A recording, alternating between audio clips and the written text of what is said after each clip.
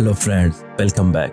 France में एक बुलंद इमारतों का मयार चेक करने वाला ऑफिसर फ्रैंक अपनी आमला बीवी लियो के साथ अस्पताल में एक मामूली चेकअप के बाद घर वापस आता है, लेकिन वो देखते हैं कि उनका फ्लैट पूरी तरह से बिखरा हुआ है। ऐसा लगता है कि जैसे कोई किसी चीज की तलाश में था। फ्रैंक का बेहतरीन दोस्त बैन उसे बताता है कि वो लोग एक खास चाबी तलाश कर रहे थे जो फ्रैंक ने छुपा रखी है। कुछ दिन बाद जब फ्रैंक एक इमारत में काम कर रहा होता है तो उसे एक मशकूक आदमी दिखता है जो जल्दी से नीचे जा रहा होता है। फ्रैंक उसका पीछा करता है लेकिन वो फरार हो जाता है। उसी रात जब फ्रैंक घर आता है तो लियो महफूज होती है, लेकिन दूसरी तरफ एक सफेद बालों वाला शख्स एक गाड़ी में बैठकर एक और आदमी को कत्ल कर देता है।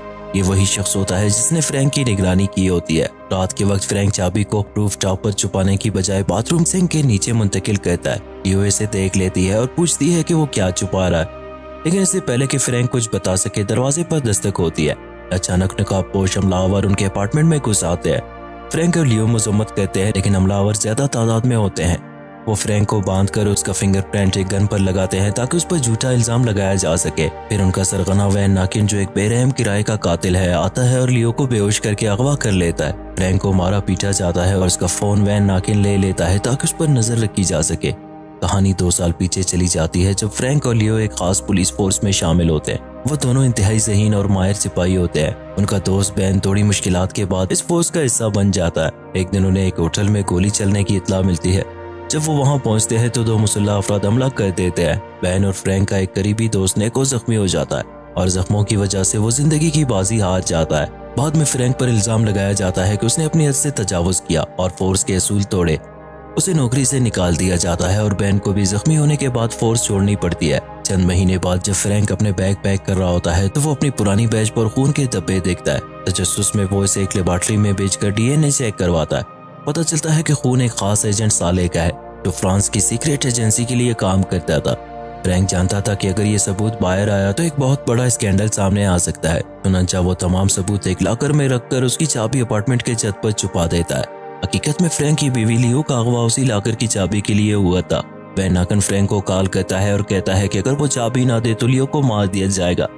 फ्रैंक जब अपने अपार्टमेंट वापस जाता है ताकि चाबी निकाल सके तो देखता है कि पुलिस पहले ही वहां मौजूद है। जब वो किसी तरह अंदर पहुंचता है तो देखता है कि चाबी गायब हो चुकी है। फ्रैंक अपने दोस्त बैन के पास जाता है और उसे सारी कहानी बता देता है। बैन एक नया मंसूबा बनाता है। वो अपना पुराना बैज दे देता है और फ्रैंक उस पर अपना खून लगाकर उसे असली सबूत के तौर पर पेश करने का फैसला करता है। फिर वो दोनों जंगल में एक जगह जाते हैं जहां वैन नाकिन ने मुलाकात बुलाई होती है। बैन चुपके से एक जीपीएस ट्रैकर लगा देता है ताकि अगर कुछ गलत हो तो पुलिस वहां पहुंच सके। जब फ्रैंक वैन नाकिन से मिलता है तो उसे फौरन काबू कर लिया जाता है। वैन नाकिन जब बैज हासिल कर लेता है तो वो फ्रैंक और लियो को कत्ल करने का हुक्म देता है, लेकिन इन वक्त पर बैन निकाब पहनकर वहां पहुंच जाता है और उन्हें बचा लेता है। अब फ्रैंक, लियो और बैन कार में फरार होते हैं, लेकिन उनका पीछा किया जाता है। दौरान सफर लियो को लगने वाली गोली का असर बढ़ने लगता है और अचानक उसे जचकी के दर्द शुरू हो जाते हैं। फ्रैंक बैन से कहता है कि वो लियो को अस्पताल ले जाए, जबकि वो खुद दुश्मनों को पीछे रखने के लिए अलग हो जाता है। फ्रैंक एक चोरीशुदा मोटरसाइकिल पर जंगल से निकलने की कोशिश करता है, लेकिन वैन नाकिन और पुलिस दोनों उसके पीछे होते हैं। फ्रैंक एक पैराशूट लेकर हवा में उड़ जाता है और बैन को फोन पर बताता है कि अस्पताल जल्दी पहुंचे। फ्रैंक जल्दी से अस्पताल पहुंचता है और जैसे ही वो पहुंचता है वैन नाकिन उसे मारने वाला होता है, लेकिन अचानक उनकी साबका बॉस एस्ट्रो वहां आ जाते हैं। यहाँ हकीकत सामने आती है कि असल मुजरिम एस्ट्रो था और वैन नाकिन सिर्फ एक मोहरा था।